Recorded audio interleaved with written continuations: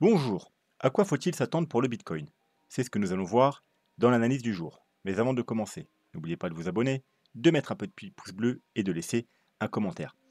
Alors, aujourd'hui, on va pas perdre trop de temps, on a quand même pas mal de petits trucs à voir, donc on va se diriger directement vers la cryptomap, et c'est la cryptomap du jour qui est plutôt mitigée, mais comme on peut le voir, il y a quand même un peu plus de vert que de rouge, mais c'est pas des hausses très importantes, hein. C'est des hausses de 1 à 5% en moyenne. Voilà, les chutes à peu près pareil, à part AR moins 6% et donc moins 7%. Ce qu'on peut voir, c'est que sur la semaine, par contre, eh bien, la map est plutôt bien verte, hein, et on a des jolis rebonds. Alors, le Bitcoin, il consolide un peu, et vu que les altcoins ont pris très cher, bien entendu, eh bien, il y en a, ils en profitent pour rebondir très fortement, hein. On a notamment Note avec un très joli 49%, TIA 31%, on a OM avec 29%, AV avec 22%, FTX 22%, etc., etc. Donc on a pas mal de 10, 15, 20, 30, voire plus sur la semaine. Ensuite, un petit tour du côté du S&P 500. S&P 500, il se porte très très bien. Alors voilà, il y a beaucoup de gens à chaque fois, ils vous racontent des conneries, hein. Ça fait plusieurs années que je vous le dis. Comme quoi, voilà, les cryptos sont corrélés au marché traditionnel, et je vous ai toujours dit que c'est totalement faux. Ils sont corrélés seulement dans les chutes, dans les grosses chutes, hein, les chutes long terme, les crashs.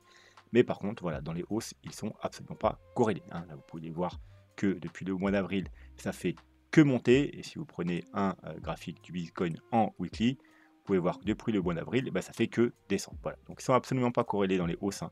Et c'est pas la première fois qu'on voit ça, on l'a vu maintes et maintes fois que les marchés traditionnels partent à la hausse et le Bitcoin corrige. Voilà. Par contre, effectivement, dans l'autre sens, hein, quand il y a une forte correction sur les marchés traditionnels, eh bien, le Bitcoin et les cryptos suivent la plupart du temps. Voilà. Donc encore une fois, ça prouve que voilà, c'est vraiment pas corrélé dans les hausses, et ne faut pas se fier au marché traditionnel. Il faut plutôt aller regarder, par contre, le dollar. Alors le dollar, hein, il est toujours dans son range. Voilà. Donc on est encore dans le range. On est toujours au-dessus pour l'instant, pour le moment, de cette petite trendline haussière, hein, qui dure depuis le mois de juillet 2023. Ça fait un an maintenant. Voilà, donc le premier indice de la fébrilité du dollar sera bien entendu, eh bien, la cassure de cette trendline. Voilà. Et si possible, ce serait bien d'aller une nouvelle fois rejoindre tout simplement le bas du range. Et ensuite, si on a un peu de chance et qu'il décide de finalement breaker le range par le bas, eh bien, on aura une nouvelle vague baissière sur le dollar, et ce sera extrêmement bullish pour le Bitcoin. Pour l'instant, c'est neutre, hein, parce que vous voyez que ça ne se passe pas grand-chose, hein. C'est toujours, on est vers le milieu du range, mais on est toujours au-dessus de la trendline, donc il n'y a encore aucun signal baissier. Total Market Cap 3. Bon, qu'est-ce qu'on a, hein? On a un plan Elliott Wave, hein, à peu près comme le Bitcoin, une vague 1, 2, 3, 4. Hein. On recherche la 4, les targets de la 4 ici, et la target du bas ici, donc la target principale pour les altcoins.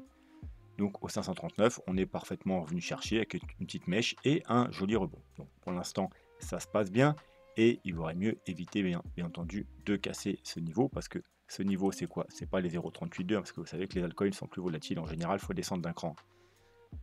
Donc, alors là, c'est les 0,382, mais c'est en logarithmique. Voilà. Donc en logarithmique, effectivement, on est sur du 0,382, mais si on passe en logarithmique, voilà, on est sur le Fibo 0,5. Donc bien évidemment, il faudrait éviter de casser ce niveau, sinon c'est direction celui-là, et les probabilités qu'on soit dans une 4 vont quand même légèrement diminuer. Bon, ça ne veut pas dire que ça annule la 4, hein. Vous savez qu'une 4 elle peut retracer quasiment jusqu'au sommet de la 1, hein, donc on a quand même de la marge. Et on va dire que venir là, ce serait venir retester ce niveau de support. C'est pas non plus catastrophique, mais c'est pas non plus bon signe. Alors si on repasse en logarithmique, ils sont où nos 0,5? Voilà, le 0,5 sera à peu près au même niveau ici, hein. Voilà, c'est ce gros support, hein, qu'on a travaillé. Voilà, on va dire c'est un peu le support de la dernière chance, hein. Si on casse ça, par contre, bon, là, la fête est terminée, hein. Voilà. Mais pour l'instant, tout va bien. On est venu chercher parfaitement le support, et il y a un petit rebond qui se met en place, même un grand rebond comme on l'a vu sur certains altcoins. Mais pour l'instant, il n'y a aucun signal. On va quand même pouvoir en daily. Voilà, il y a pas grand chose. Voilà. Disons que faudrait casser. Alors, on va se mettre en auto. On va enlever ça pour y voir plus clair. Voilà. Comme sur le Bitcoin, hein, il y a un petit niveau ici. On va prendre ça. Hop là, voilà. Il y a un niveau ici. Hop là. Voilà. Il faudrait reprendre ce niveau. Vous voyez qu'il a fait support ici. Puis là, il est en train de faire résistance. Donc, il faudra reprendre ce niveau pour espérer avoir du moins un rebond plus important, hein, parce que pour l'instant ce sera juste un rebond. Vous voyez, c'est même, on pourrait même l'étendre hein, carrément à toute cette zone. Voilà, une forte zone de support. Voilà, donc il faut récupérer cette zone, donc je dirais les 500, presque ouais, les 600. Les 600, voilà. De toute façon, regardez, c'est tout simplement le haut, hein, la première target hein, en non logarithmique, c'est-à-dire les 0,382. Voilà, il faut récupérer les 0,382. Si on se met un petit Fibo à la baisse,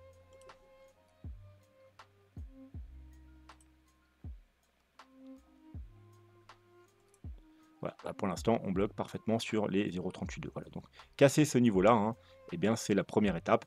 Et en théorie, on devrait pouvoir rejoindre la zone de rechargement de Shirt, sauf si bien sûr on est bloqué par cette grosse résistance au-dessus. Vous voyez, c'est à peu près au niveau des 0,5 de Fibo. Mais voilà, ce serait déjà un joli petit signal. Ça équivaudrait sur le Bitcoin à casser la résistance hein, que je vous ai montré dans la dernière vidéo. Hop, hein, c'était le titre d'ailleurs de la vidéo, hein, Bitcoin sous résistance. C'est la première résistance importante à casser hein, sur le Bitcoin, c'est les 58 400 $. Vous voyez, c'est là où on a fait support ici. Et puis ensuite, alors là, on est en daily, en 4 heures, on verrait, c'est encore plus probant. On est venu une fois, deux fois, trois fois, quatre fois. Là, on a essayé, on a été rejeté. Encore une fois, on a essayé, on a été rejeté. Et là, encore une fois, on va s'attaquer à cette résistance. Alors, comme vous pouvez le voir, ça forme un petit triangle ascendant. Donc, techniquement, c'est une figure bullish. On a également un bas plus bas, un bas plus haut. C'est un setup de trading en général, ça, je ne sais plus comment il s'appelle, mais voilà, c'est un setup de trading et à la cassure, on peut rentrer en trade. Alors, avant de descendre sur le 4 heures, on va jeter un petit coup d'œil au daily parce que sur le RSI, voilà, alors, comme vous le savez, on a une divergence. Hein. Voilà, on a une divergence, vous voyez, on a un bas, un plus bas, un bas, un plus haut, une belle divergence daily. Après être allé en zone de survente, c'est un pattern de bottom daily, mais encore faut-il valider cette divergence, c'est-à-dire casser, vous voyez, la base de la divergence sur le RSI, c'est ici la base, ici, donc il faut casser ce niveau-là, valider en même temps ce petit W pour valider la divergence. Donc voilà, la cassure de ce niveau, je pense qu'on validera la divergence. Alors attention, il faudra quand même être très prudent, puisque juste au-dessus, n'oubliez pas qu'on a notre belle zone de résistance ici, la petite ligne bleue, hein. Ça correspond également au 0,382 de la chute. Et vous voyez un niveau important de support et de résistance. Hein. Donc là, depuis mois de février, il avait fait support à maintes reprises. Finalement, on l'a cassé. Donc maintenant, ancien support deviendra nouvelle résistance. Et sur le RSI, il sera en plus accompagné d'une double résistance. Alors déjà, on a cette petite trendline en rouge qui prend son point de départ au mois de février. Vous voyez qu'elle fait résistance ici, ici, ici, ici. Voilà, donc petite résistance en rouge. Et également, vous pouvez voir une petite zone orange là, importante sur le RSI, vous voyez, qui a fait support ici à de nombreuses reprises. Encore une fois, support à de nombreuses reprises. Puis on casse résistance, on réintègre support. Ensuite, on revient tester support, support, support. Et quand on casse résistance, résistance, résistance, on revient support, on le casse. Donc voilà, il y aura une grosse résistance ici qui correspondra probablement à cette zone ici en bleu. Donc valider la divergence, c'est bien, mais il faudra quand même être prudent parce qu'il y a une grosse support sur le graphique et une grosse résistance, excusez-moi, sur le graphique et une double résistance sur le RSI.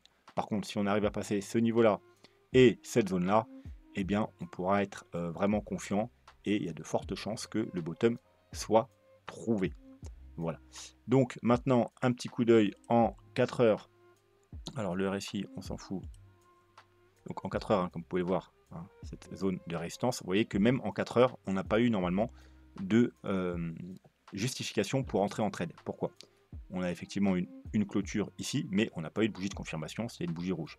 Puis ici, on a une nouvelle clôture au-dessus de ces niveaux, mais encore une fois, on a eu une bougie rouge. Donc on n'a pas eu clôture et bougie de confirmation. Voilà, peut-être que ça sera bientôt. Vous voyez, on a 1, 2, 3 sommets plus haut. Ça, c'est un setup de trading, mais maintenant, il faut valider la cassure des 58 400 $ en 4 heures et encore mieux en daily. Alors attention, bien entendu, il y a le week-end.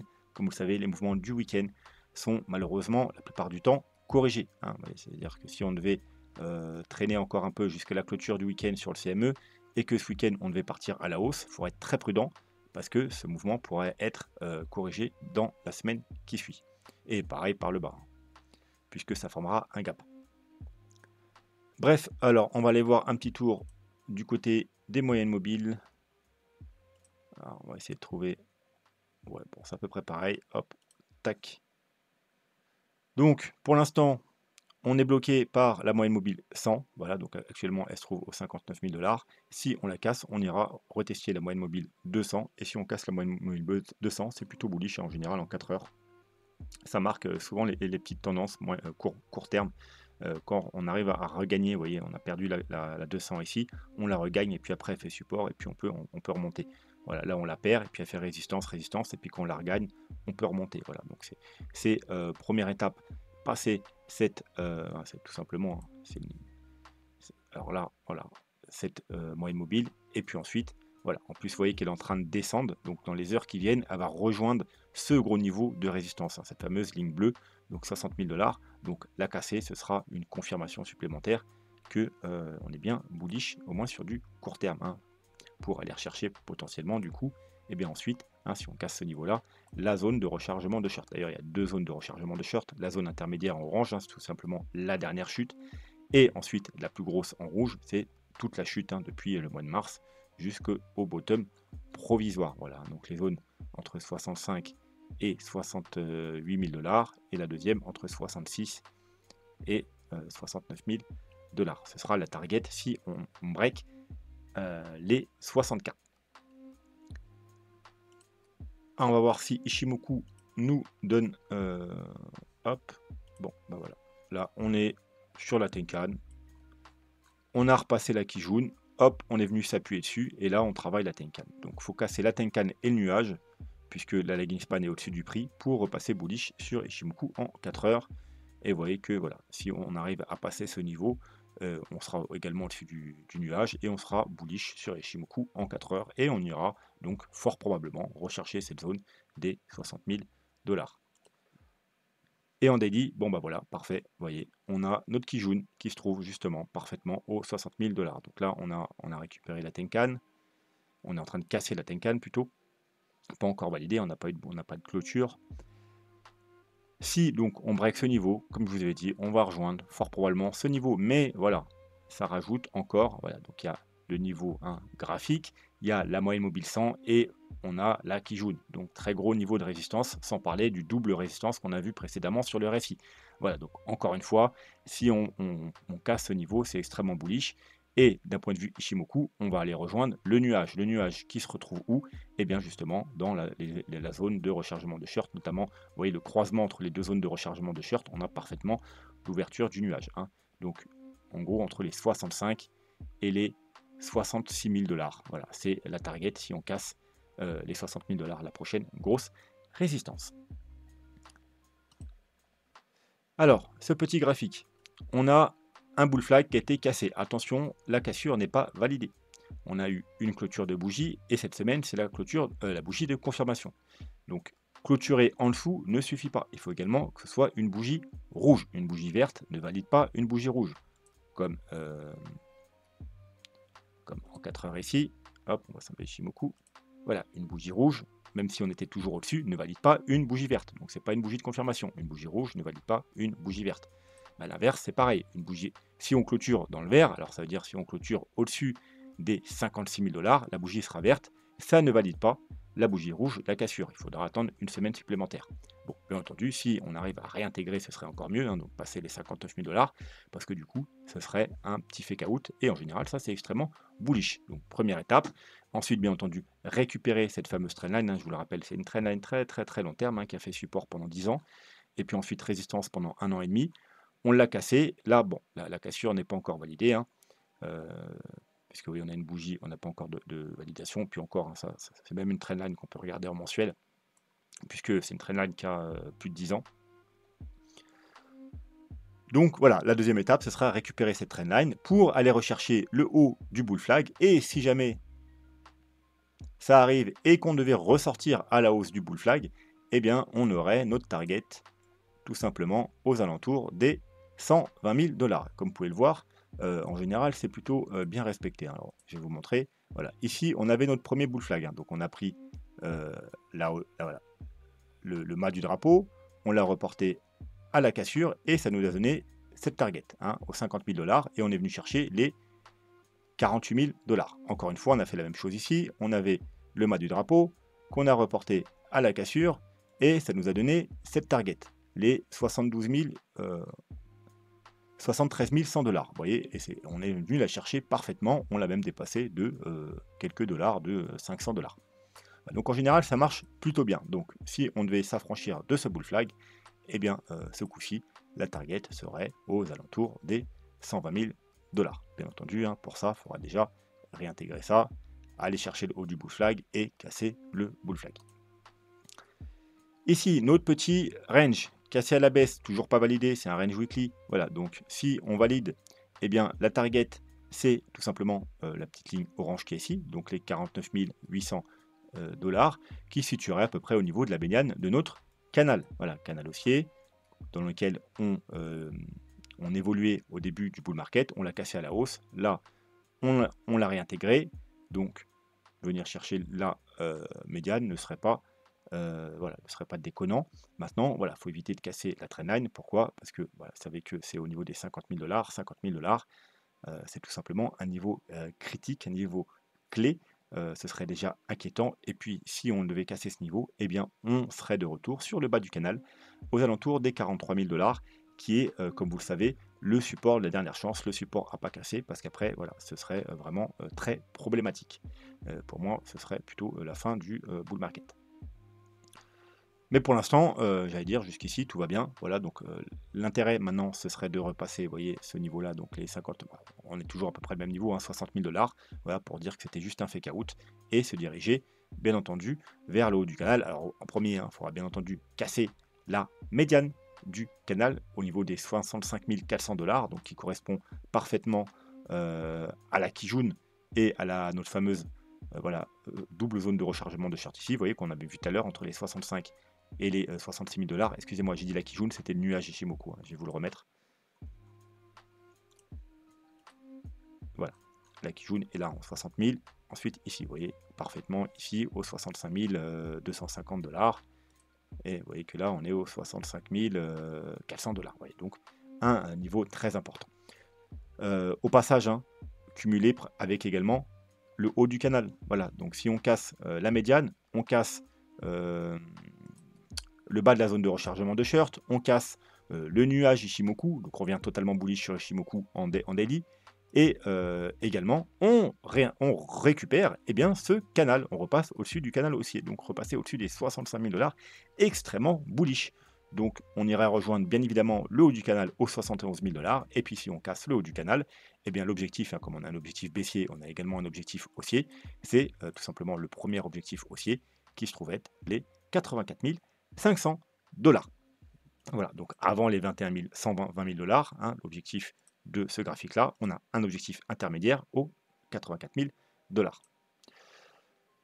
$. Pour finir le graphique, enfin pour finir du moins sur le graphique, voilà, donc on a un potentiel M-top hein, qui n'est pas validé, hein, parce qu'encore une fois, on n'a pas de bougie de confirmation. Donc encore une fois, il faut récupérer ça pour fake out, etc. C'est un peu la même histoire, hein, 60 000 $, niveau très important. Voilà, puis pour espérer une nouvelle jambe haussière. Donc rien d'important sur ce graphique aujourd'hui. On ne va pas s'attarder dessus, on va plutôt passer sur le plan Elliott Wave.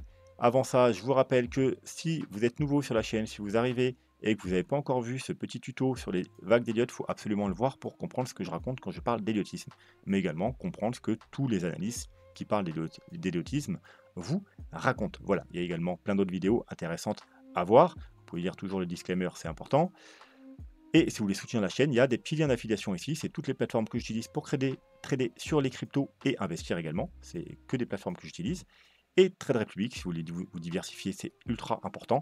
Eh bien, c'est pour investir sur les marchés traditionnels. Il y a des cryptos aussi, mais c'est surtout sur les marchés traditionnels. Voilà, et puis voilà, si vous voulez soutenir la chaîne, mais vous n'avez pas besoin de lien d'affiliation, vous pouvez faire un petit don via le merci qu'il y a ici, ou tout simplement voilà, faire un don via les adresses en crypto qu'il y a ici, ou me demander une adresse et je vous la donne, et puis voilà, etc., etc. Donc, le plan Elliott Wave, il n'a pas changé, hein, je dézoome quand même, comme à chaque fois. Donc, on est dans une tendance haussière, dans une impulsion. En elliotisme, les impulsions se font en 5 vagues haussières, donc 1, 2, 3, 4, 5. A priori, on aurait trouvé le haut de la vague 3, et on serait en train de même finaliser la vague 4. Hein. La vague 4 a deux objectifs. Premier objectif ici aux 54 600 $, qu'on a parfaitement atteint.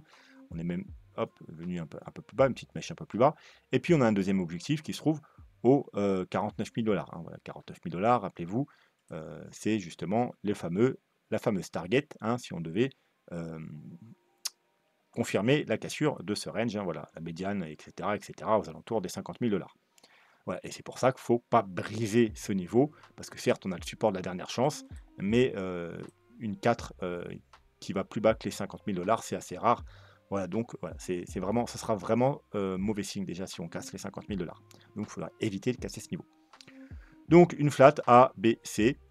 Objectif de la flaque, premier rectangle blanc, voilà, on est venu parfaitement le rechercher. Et deuxième objectif, ici, hein, ça veut dire que en gros, on irait chercher le bas, on ferait une petite mèche, pourquoi pas, et voilà, on réintégrerait vite. Voilà, donc on peut faire une petite mèche rapide ici, mais il faut rapidement réintégrer les 50 000 $. Il ne faut pas clôturer, etc. en dessous.